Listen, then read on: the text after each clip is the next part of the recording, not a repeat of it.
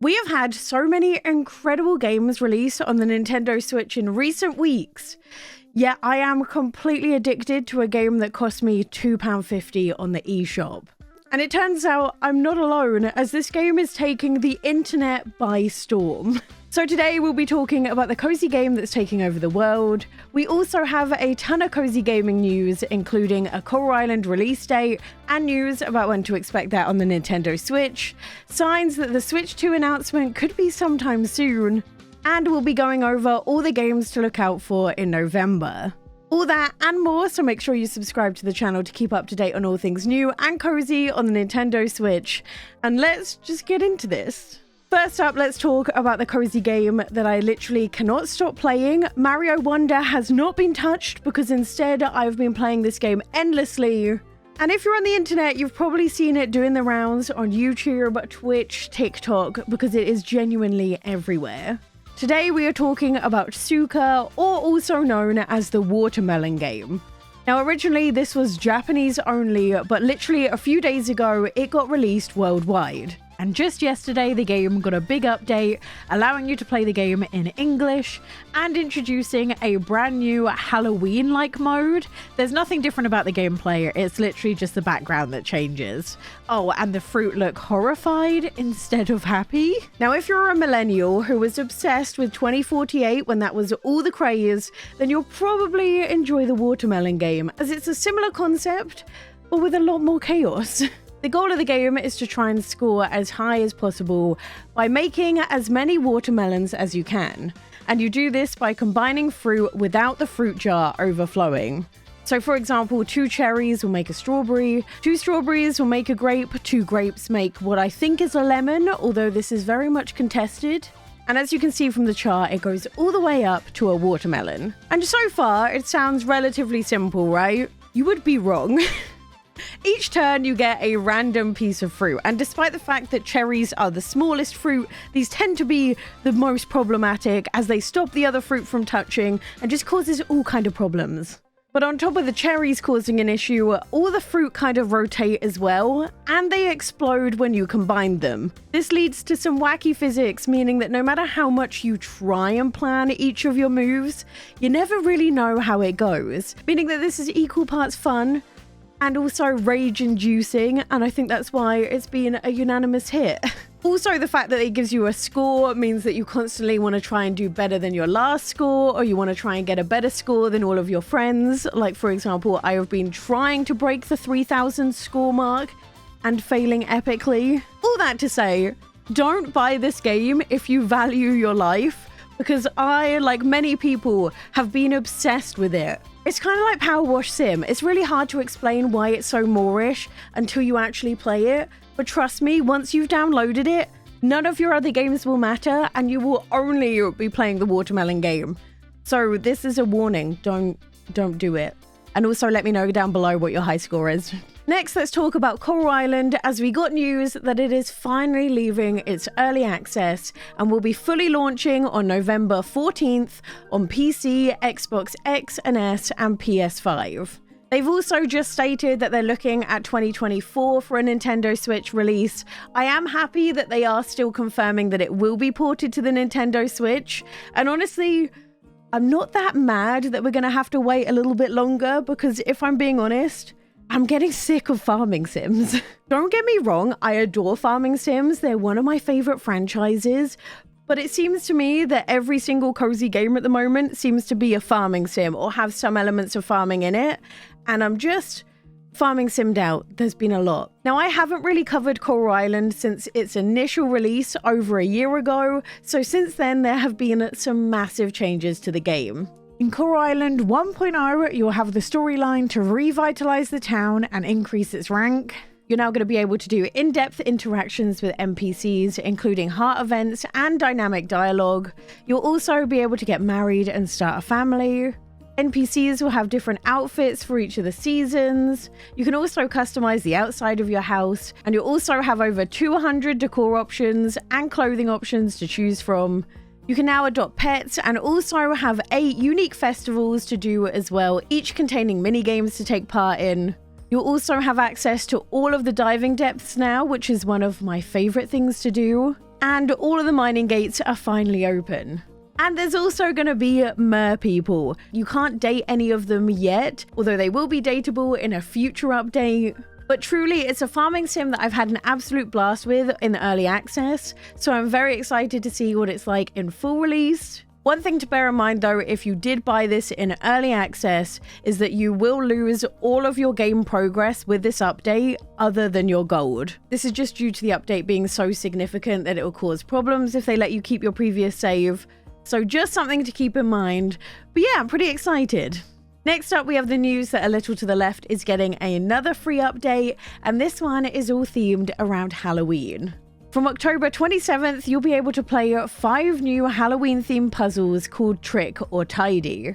And I believe, although they say this is a limited time event, that these puzzles will be available year-round and put in the archive. But if you're a lover of the game and just looking for a few extra levels to have fun with, definitely recommend it.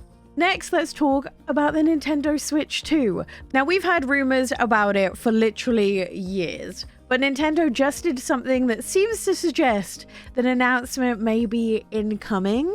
As earlier this week, Nintendo removed the original Nintendo Switch reveal trailer. No other Nintendo Switch trailers, just that one.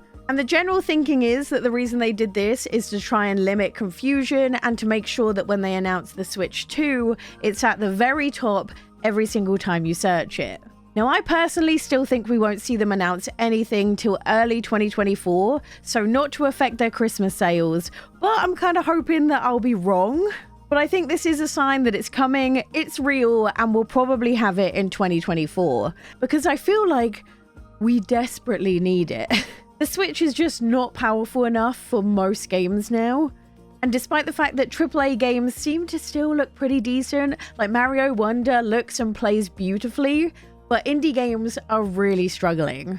With the Switch versions either coming months after the initial release on every single other platform, or the Switch versions themselves tend to be really buggy or just look horrible. So the sooner we get a more powerful Switch, the sooner this gap between like the Steam Deck and the Switch gets closed. And then just earlier today, Nintendo announced the arrival of Cult of the Lamb as a game trial. This means that if you have a Nintendo online membership, you'll be able to play Cult of the Lamb for free from the 25th of October through to the 31st. And thankfully, this is available for both North America and Europe as well. If you don't know, Cult of the Lamb is this perfect mesh between kind of being cozy with the cult management side of things, but also a little bit different as it has a sort of dungeon crawling mechanic going alongside of it as well. But thankfully, there are difficulty modes for the combat to make things a little bit smoother. But considering you can pick this up for free at the moment, I definitely recommend giving it a go, especially this close to Halloween. That's it for all the news. Let's talk about some upcoming games for November. First up, we have My Time at Sandrock, which is coming on the 2nd of November. Yes, I know, another farming sim. Now, Coral Island is a pretty ambitious farming sim, but I'd say My Time at Sandrock is arguably even more ambitious. I played this in early access and I was absolutely blown away at the scale of the game. All of the NPCs are voice acted, each with their own backstories that you get to know by doing different quests and befriending them. The story sees you appointed as Sandrock's newest builder and tasked with restoring not only the town but also the community. And if that isn't enough to make this stand out compared to other farming sims, the crafting system is both complex and intricate, and there's a whole world to explore that surrounds the town as well. And of course, this being a farming sim, there's crops and also festivals to go and enjoy as well. That being said, with ambition comes anxiety, because I'm really not confident about how this is going to run on the Switch. My time at Porsche was okay. There was quite a lot of bugs that went alongside of it. So it'll be interesting to see if the extra time they've taken, because they delayed this game, means that the Switch version is good. I guess we'll find out soon. Then on November 9th, we have Spells and Secrets. This is a great alternative to the other wizarding game that you'll be able to buy in November on the Switch, as this one looks as though it will probably run at above 15 FPS. But this interested me as it's a roguelike adventure where you get to create your very own character who enrolls in their very first year of magical arts. In this, you'll live alongside other students and teachers in the magical castle, but your first day at school doesn't exactly go to plan when the school is thrown into turmoil, and somehow it becomes up to you to creatively fight off the magical creatures and try and save your classmates. And with it being a roguelike, the school is ever changing. I really enjoy the fact that 2023 has been the year for the creative roguelike. So many of the games that come out this year don't even feel like they're roguelikes, and I really like that as it's bringing in a new generation of players into the genre. Then we have Fasion Dreamer, which is a game I've been looking forward to for a while.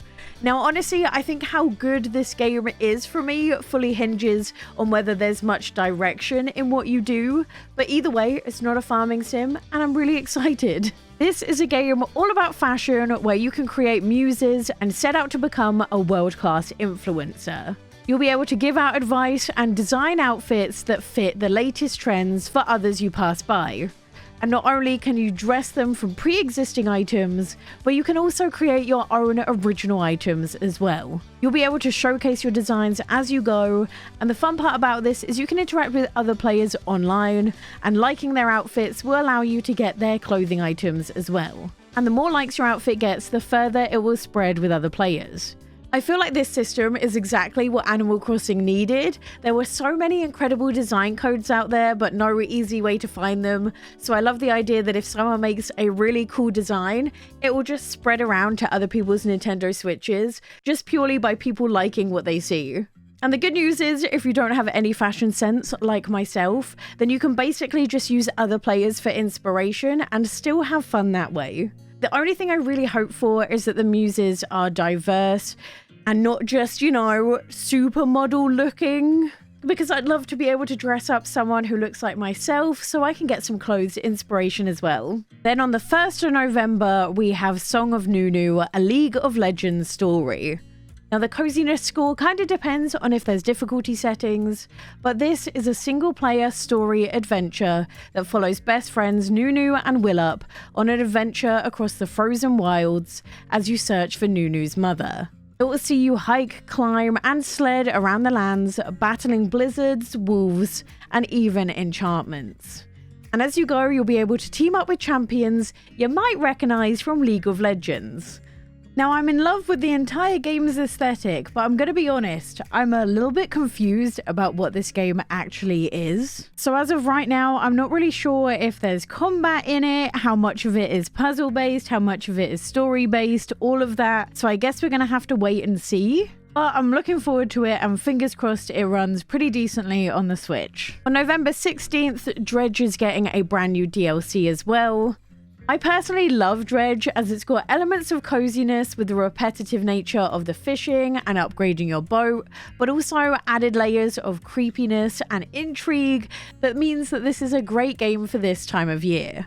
But in a couple of weeks, we're also getting a DLC called the Pale Reach, and this will add a new ice-themed biome that you can experience at any point throughout the game. In this, you'll navigate through the treacherous ice fields, retracing the steps of those who came before you, and uncovering a story of bitter betrayal. They say it's roughly 1 to 3 hours of new content in this DLC, with a new side story, new equipment, and fish as well. And then on the 17th of November, we have Super Mario RPG. Again, the coziness score depends on if this has any difficulty levels, but I do really vibe with this entire aesthetic. This is a turn-based take on the Mario franchise, and this is a remake of the original, which was first released in 1996. The game starts as you might expect, with Bowser kidnapping Princess Peach, which, by the way, I am totally a believer of the theory that Peach is actually cheating on Mario with Bowser, and she's just pretending that she gets kidnapped every time for Mario to come save her.